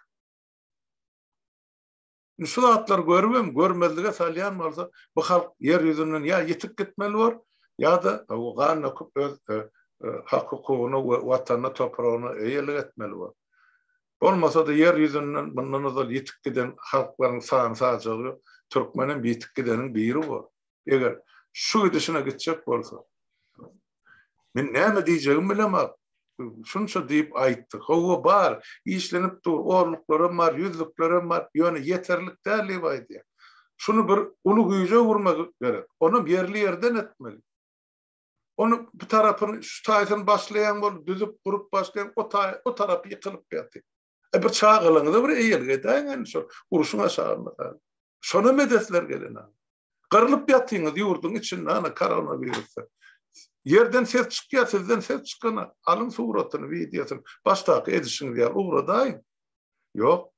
O nedenle TikTok'ta oturup edebilirsiniz şu diye. Onun hükümet kollayan. Ne şeytanın ağzırını ödünün ki. Ne açız yaşları, halkı, siyasetten, durmuştun, vatandan daşlaştırsın. Sonuçta olur dolandırmak, yurdu, ansatta, yabaylıklarını uğurlamak. Hava bir eder. Bir hükman eder, etmeliyse. Şu yok olun, uruşta yok olun, çağırlanım, yaralı olup gelirlenim, hununu sorar, vakti gelene. Yurttaki baylıkları milyardlap, uğurlap, yurdun daşına çıkarırlanım, öldürüp gidenim olsa, ne verirlerini kulağından çekip getirip sorar. Biz etmeli işimiz biliyor, vatandaşlar. Yani sizden bir etmeli işiniz bileyin. Haçana çelisi çağı kunnan yalit daşını beytip uğrak gelmek. Haçan siz diyecek, siz yaşıl kıra durun, biz edecek şu işi. Nahil beyle boy. Hova var. Ben biliyen Türkiye'den 3 tane önkü Türkmenistan'da harbi kulluktaş bolup aydarlarına gittiler şu mal Ukrayna'nın için sevişmeli. Onu alsam mı? Yani biz bir öz devletimizi de eyelik edebiliriz daha. İnternasyonal borç başka da. Yani bir ilk baştan özümüz bir halk geldi, özümüz duymamız gerek. Bütün dünya üstümüzden gülüp. Nira varsa ay bula Türkmen mi diyor. Enne köp Türkmen özünün Türkmenliğinin boyuna alası gelenler. Şu zatlar görüp bilip. Ne son? Şu yerde kalmada güllüğünüm gelip koşullu. Onu da söz vereyse gepleşimizi tamamlamak hakiyen bir yarım saattanım geçti. Ay bolar, onu güllüğünüm aysın son bolmasa kutura iştaydı sebep diğeri zat, aydara zatkan yönü vatam çaklı vatandaşlarımıza miad etmeyin. Güllüğün hoş geldiniz, aydı verin, dinleyat dedik kardeşim. Hoş bulduk. Men hem aydan zadınızı dinlep yetişmedim de nämeden daşar bir iş çıktın ha. Biz daşar yurtta yören son hazırına erhele geldi. Verdi pasportlarının suroğu geçen oturma izinleri yok. Hastalığından az kalsa ölecek. Ellerinde pullaram yok, işlerim yok. Yine şoň bilen nämedi birazcık zamanım geçti. Indi bir azıcık rahatladım. Şu Olga Çarına siz bir sorak verseniz de men şoňa göre Şu an konstitusiyada ýazylan zatlaryň hiç birim Türkmenistan'na yürümeyen konstitusiyanın ähli kanunları, ähli maddalaryň diňe kağıt üstünde duranlygyny olam bir yerlerde arhivde duranlar olar üçin yürümeýärde. Türkmen milletim şu zatlar bilmeýän üçin özüniň hak hukuklaryny, şu kanuny okamaýanlygy üçin, konstitusiýany bilmeýänligi üçin talap etmene zady bilen oklar. Talap etmäniň uğrunu bilen oklar, yolunu bilen oklar. Näme talap etmelisin bilen oklar. Sen okamasaň şonu näme talap edeceksin? Şu bolmazy şeýledir. Hani sen 2 tane melleklerin var. Sen 2 tane melleklerin var. Şu sana köplük edýär. Birini aljak diýip elinden alsa şu bolmaly röýdi pä bolýar diýip oturýandyr halk. Ya bular Allah işidir diýip oturýandyr. Aslında sen şu kanuny okasaň, Sen şonun sen sana değişikliğini bilsen, senin sonra bilyen. Hakkın yok sen elinde girmeye deyip. Doğru diýäňiz Olga Çarivna. Saparağa aýdýar, bizim halkymyzyň altyapysy yok diýip. Altyapy diýen zat yok. Soňam öňde görüjülük hiçbir şey yok. Bulam nämeden kaynaklı? Bilimsizlikten kaynaklanıyor. Şu konstitüsiýany eğer okasaň, şu konstitüsiýanyň şu yerde maddalaryny, zatlaryny bir kar wagtynda bizim halkymız näme üçin şu soňky 30 ýylda edil näme ýaly nähil dogry aýtýaňyz talap etmeni bilen yoklar. Soramany bilen yoklar. Özüni gorap bilen yoklar. Nämemiş? Ay, döwletmiş. Döwlet diýen zat yok. Konstitusiýa şu özlerinin yazan konstitusiýasynam şolar özleri hem şonu hiç yerde nämeden yok. Daşary ýurtda eğer şu konstitusiýaga laýyk bir zat bilýän bolsalar, inha häzir koronavirusdan nähili döwletler birinci çıkan döwlet hemmesi ýolu açdy. Näme üçin bizi içeri alan yoklar? Näme üçin diýip soramana zadymyz yamanam kän bizim. Ýöne şu alanoklar özlerinden korkusuna alanoklar. Sebep şu daşara çıkan halkımız birazcık gözü açıldı. Bizim yaşayışımızın dövrünü azaltacaklar diye. Doğru aýdýaňyz Güllüň. Ine şu bir 2 ýyl bäri bar aýdyp gelýär. Ogly 40 ýaşanda ine ogly boljak. Şu oglyna päsil berilmedi ýaly Türkmenistan içinde revolýusiýa bolmady ýaly gowuk galmagal turmady ýaly heýäbi dünya garaýşy giňen adamlar köpelli daşary ýurtda. Şoň sany adam bolsa köpelli. Şolaň edýän zatlaryň ýalňyşlygyna göz ýetirip başladylar. Şoň üçin hem ýollar ýapyldy. Korona da bärde bahana. Hawa. Näme üçin onun yegenleri istedik yerine çıkıp gelýär. Biri hasta olsa Germaniýa uçurup getirip ejesini tedavi edip yine izine alıp gitmene yol açık. Daşary ýurtdan birilerini içeri almanam, teröristleri almanam yol açık. Näme üçin öz halkyny, öz öýüne, öz ýurduna, öz watanyna alıp bilen o. Sorak şu. Baştan şeyle bolly. Baştan halk hak hukukyny soraman, sesini çıkarman, menene dünkü gepleşiginde aýdandyr. Ilka men gyýgyryp görýän, söýüp görýän sesini çıkaran ok. Soň erteki güni ýüzüňe şarpyk çalýan sesini çıkaran ok. Üçüncü gün menden depip başlayan sesini çıkaran ok. Ine şu zatlaryň rezultaty. Isledem ýapýan ýolly.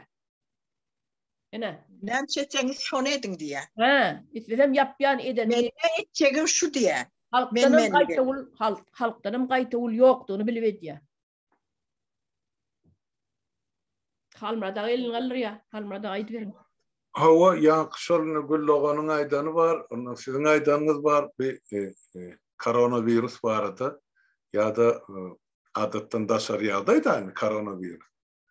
Hawa bütün dünýä girizdi, kimde 1 ay, kimde 2 ay. Men şondan aňryk geçen ýerini bilemakdy, 2 ay ýarym karantina elan eden ýeme döwletlerim bar. Bizde şu 20-nji ýylyň fevral aýyndan bäri hasaplap görüm. 2 ýyl 2 ay ýollar ýapyk. Hani bu hökümetiň düşünürşi? Näme üçin 2 ýyl 2 aýlap ýollar ýapyp saklap otdy?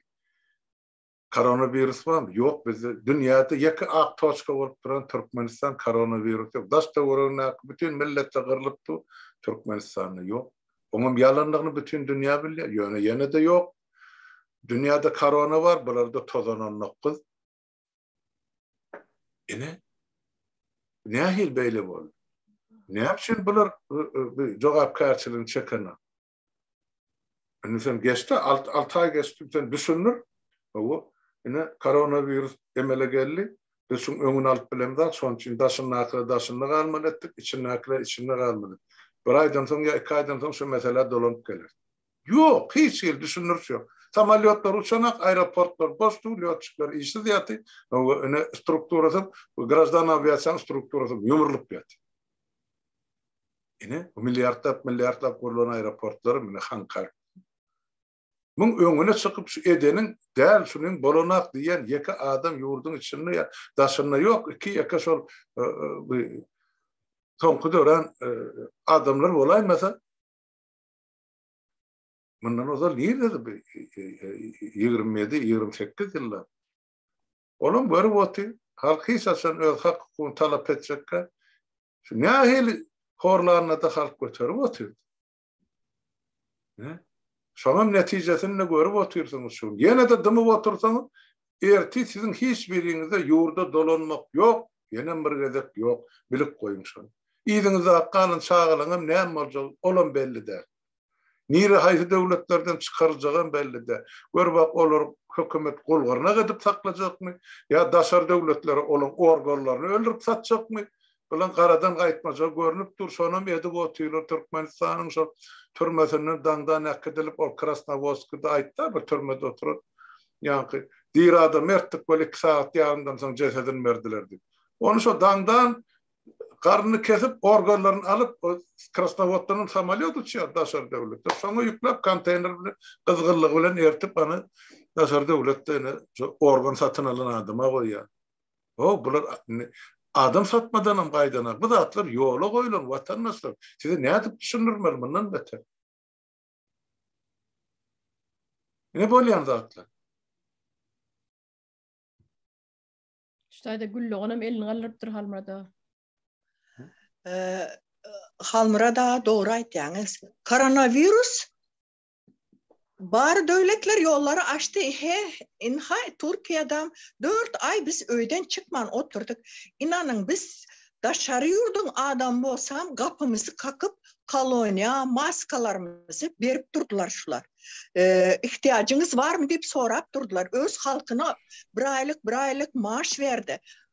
Naharsız kalan yaşlı karamana adamı yok adamlara naharları pişirip öğlen yemeğine akşam yemeklerine getirip durdular. Bizde koronavirüs yok diye. Yok olsa yolları neresin yapıp?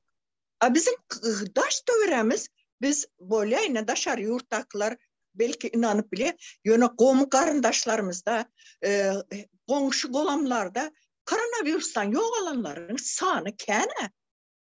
Öz tohum tiyicimizden nerçesi yok aldı. 38 yaşında, 42 yaşında yine kaptanımıza komşularımız yok aldı.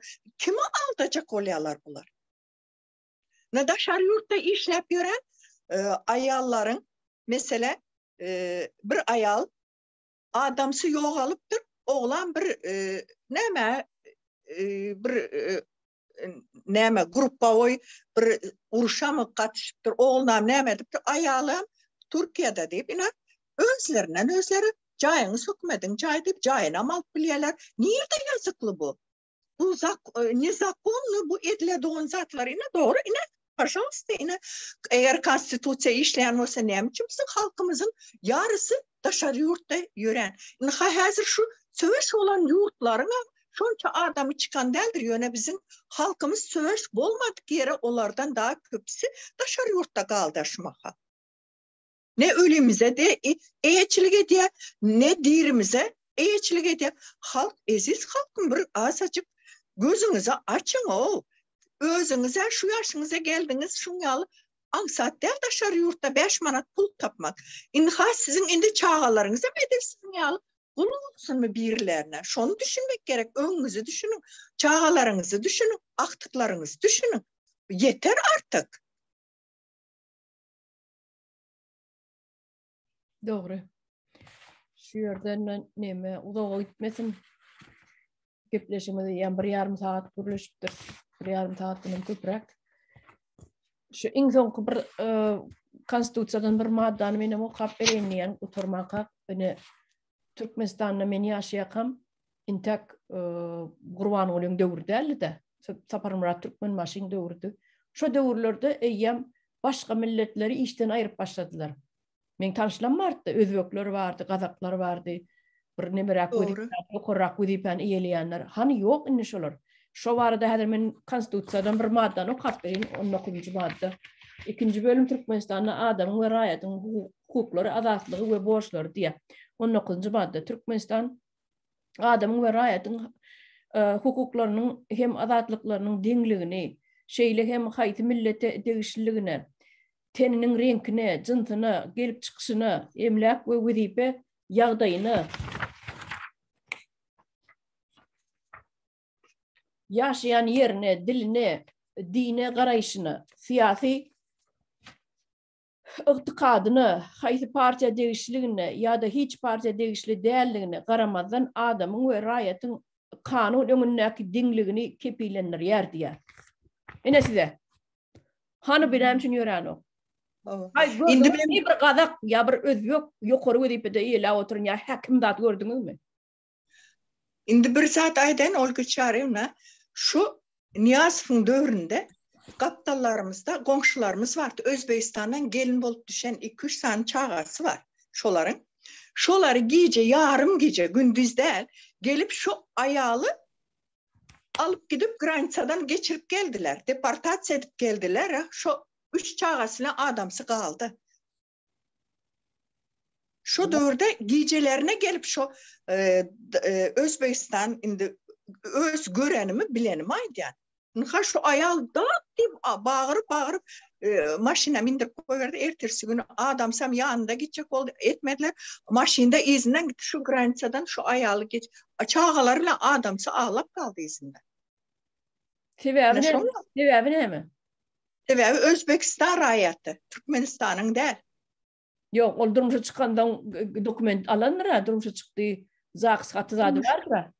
Tolka onun bir belli vakti var eken daşar yurttan gelip yaşan vaktinde şu belli mühletiden sonra olar her yıl barıp oturma izin mi diyer? Türkiye'de biz alıyız. Türkmenistan olnüstü şonu uçoda koyup almandır. Kak daşar yurtun raýaty alı yaşayan eken. Be. Gül abla, o yollar meselesine gelsek, mesela benim yine klastaşım Özbekistan'a durmuşa çıktı. 4 çağası var. Şu enesi Türkmenistan'da enesi ölen vakti merekesine geldi. Şu gelen sonra Özbekistan'a abratını vermediler Türkmenistan'ın önemesinde, granitsasında. 4 çağası kaldı. Yani durmuş o nemesem erdi. So öýlendi soň galdy şurada Türkmenistan'da yankı meniň klassdaşym. 4 çağası bilen adamsy kaldı aňarda. Doğru. Olmasa şu taýda tamamlaýdyn görýän beter uzaga gitdi. Hem dinleýijilerimize ýatsypman gerek bolsa soň ýene dowam etdirir. Mesele kän. Kardeşlerim, sağ olun, çağıranınız için, söhbetleşmeye geleniniz için, vatandaşlar sizem görün, dinleň. Elbette netije çıkarın özünüze gerek netijeni. Her kişi öz ykbalynyň eýesidir. Gol gowşuryp oturmaýyn, herekede bereket diýipdirler. Geçmişdäki türkmenler hareket etmek gerekdir. Şu yerde biraz aýdyn Halmurada menem size goşaýyn. Menem şu halka yüzlenip aýtjak zadym özlerini birazcık değiştirsinler. Hazır возможностьлары var. YouTube'a girsinler.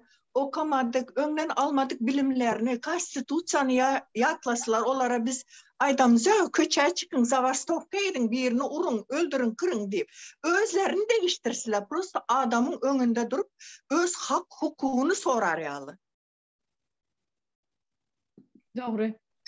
Şunu aýdyn dedim. Doğru. Önem şu yerde Türkmenistan hükümetine yüzlenecek. Şu Türkmenistan konstitusiýasynyň 117 maddesi var. Şuların hiçbiri işleyen yok. Hiçbir işleyen yok. Ya o hiçbir işleyen yok. Zaten konstitusiýanyň hiç haýsy işlemi.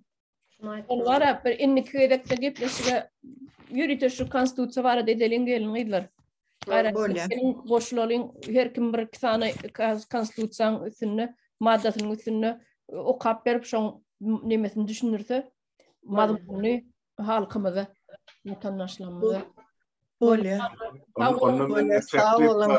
Öyle sarınış. Eğer konstitusiýa barada halka düşünürse işin berjek bolsaň onu 1-nji maddadan başlap aňyrlygyna gidip.